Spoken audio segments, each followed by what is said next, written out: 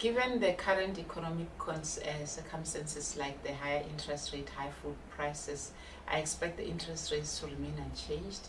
And I also expect the MPC to come up with a revised economic inflation forecast from the Reserve Bank.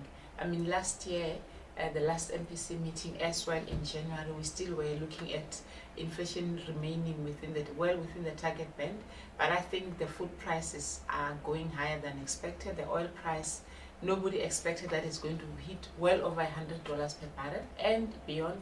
And given what's happening in North Africa and the Middle East, that might even go higher. So I think that's one thing the MPC didn't foresee, and that they're going to factor that into their decision. And so interest rates are going to remain unchanged, because the next move, if any, and I hope it's towards the end of the year, will be up for interest rates. Well, for consumers, I guess this is still a good time to continue paying off your high debt rates. Interest rates are at a historical low, and if we expect the MPC to raise interest rates towards the end of the year, I don't think we're going to see 12 months out with interest rates where they are. They're going to go up. So this is a good time to continue paying off your debts. And when you enter into new debts, factor in the fact that interest rates are going to go up. And I think last time what hurt consumers a lot was that we entered into new debt agreements not thinking that interest rate would go as high as they did. And if they do go as high, or even if not as high as they did, it's definitely going to be something that you factor into your current agreement. If you were to enter, for instance, buying a car, getting a new housing loan, that you have to factor in that interest rate go up, what is going to happen to my repayment agreement. Low interest rates for some time, that's good for the South African economy. It means its borrowing costs are easier. However, at the back of your mind, you have to keep up with the fact that inflation is going to go up.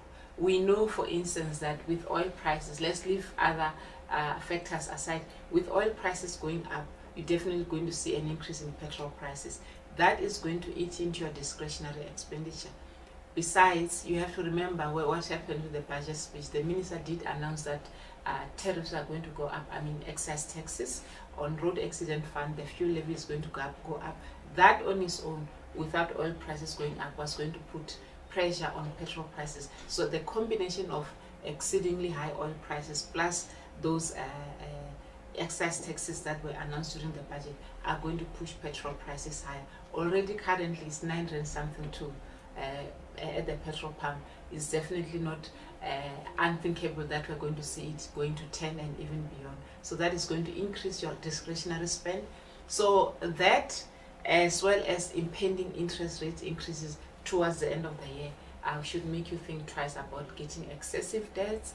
And also for the economy, for economic growth, I think it's going to put a damper, although I don't think that we're going to see growth stagnating just yet. We're still going to see it around over 3%, 3.2%. I think we're still going to see that far out, but that is a threat to growth going forward.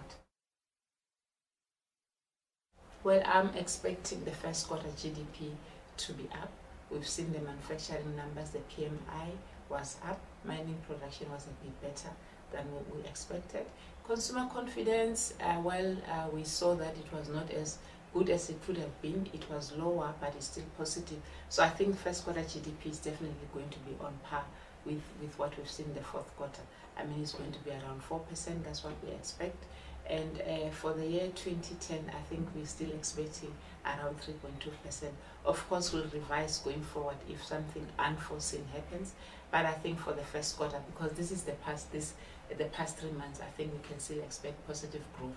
And consumers are still spending. We saw an increase in spending last month, and this time around, although employment is not growing fast, the rate of retrenchments is lowering. So that is good news in the sense that it gives consumers confidence to actually think that they're not going to lose their jobs as much as at the same rate as they did in the past 2 years. So that is good news. And if interest rates remain low, consumers can still go out there and spend. Because for this economy to grow in a sustainable rate, you need consumers to go back to spending. It shouldn't come from the supply side only.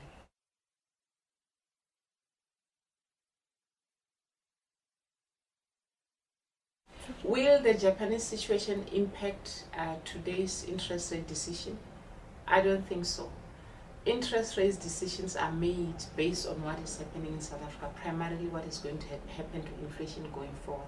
The main factors that the Reserve Bank will consider is whether inflation is going to be out of the target band in the next few months or not.